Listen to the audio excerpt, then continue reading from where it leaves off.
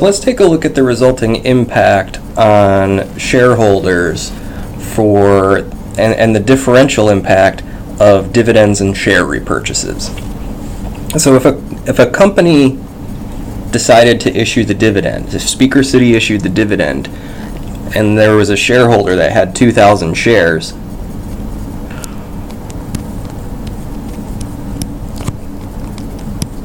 what would have happened is that shareholder, after the dividend was paid, would have had $80,000 worth of shares. And for each of their 2,000 shares, they would have received a $2 cash dividend, meaning that they would end up holding $4,000 in cash.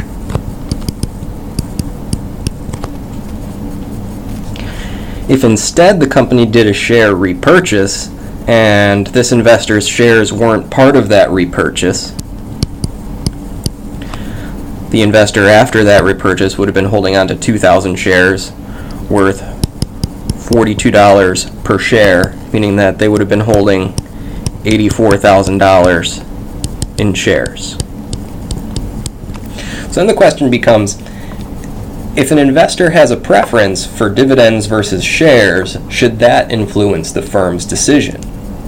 So here the question says, if Speaker City repurchases other shares but the investor wanted cash, what can happen to really make the investor indifferent towards what the firm did? And in the end, if the investor wants cash, he or she can sell shares and effectively create what's referred to as a homemade dividend.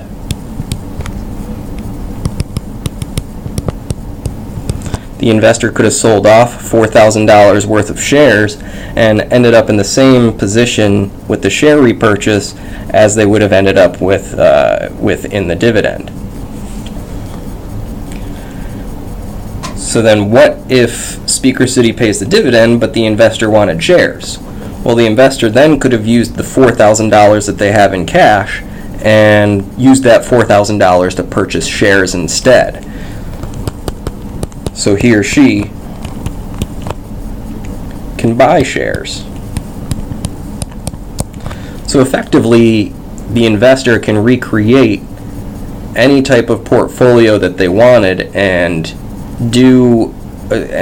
just essentially recreate whatever payout policy they wanted. It doesn't matter if the company issued dividends or repurchased shares. The investor always has the option to sell shares to create a homemade dividend or buy shares if they have the cash. So the implication here is that in perfect capital markets, investors are indifferent between the firm distributing funds via dividends or share repurchases. By reinvesting dividends or selling shares, they can replicate either payout method on their own. So the payout method for the firm doesn't matter. So let's say the firm decided to go with the third option, issue new equity and pay a higher dividend up front than they would have paid with policy number one. So Speaker City decides to pay $48 million in dividends beginning now instead of next year. So they say, you know what, next year we're going to generate $48 million in free cash flow, and so we want to start paying out that $48 million now instead of waiting. So how much capital does the firm need today?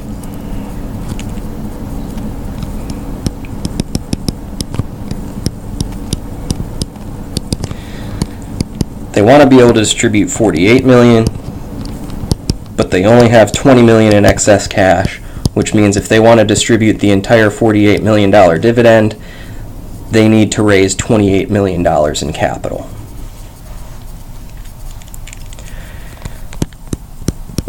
So in order to do that, they decide to issue new shares of stock.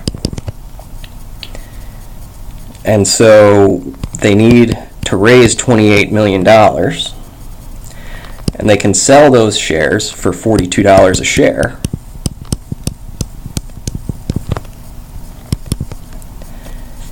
So what that tells us is they need to issue 0.67 million shares.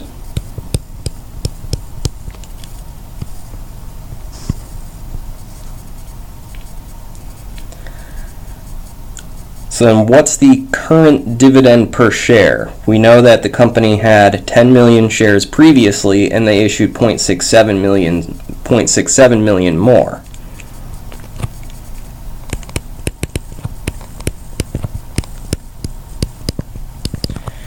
So they want to issue a $48 million dividend. They had 10 million shares previously, but they have 0.67 million more shares now. And so they can end up paying $4.50 a share in dividends.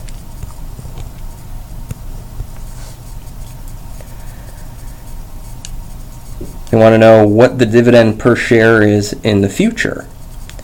And in the future, the company will be generating $48 million in free cash flow, and they'll still have the 10.67 million shares outstanding, and so the dividend per share in subsequent years will also be $4.50 per share.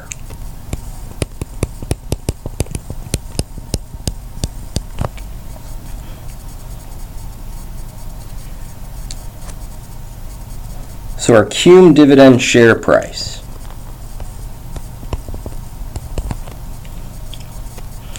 We know that the current dividend is $4.50 per share.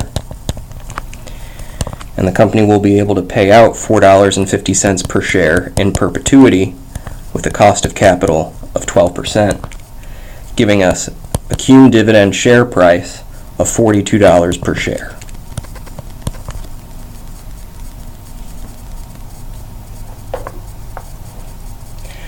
And so this is the same price per share that the company had cum dividend with policy 1. And it's also the same value per share, the same price per share when the company issued a share repurchase. So again, whatever decision the company makes doesn't matter. That leads us to Modigliani and Miller's concept of dividend policy irrelevance. All the different policies created a current share price of $42 per share before any dividend payments were actually made. You see, policy 1, 2, and 3 all followed different patterns of dividends, yet those different dividend policies didn't have any impact on the current share price. So why is this the case? If our current dividend is too high,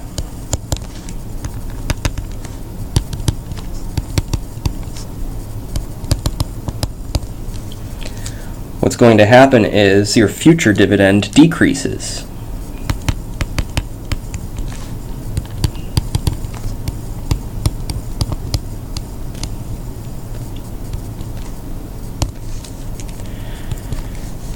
So if you look at policy 3, it's got the highest current dividend, but the lowest dividends in the future.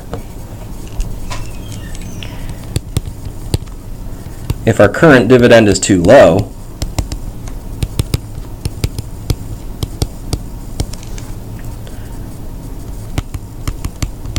future dividends will increase.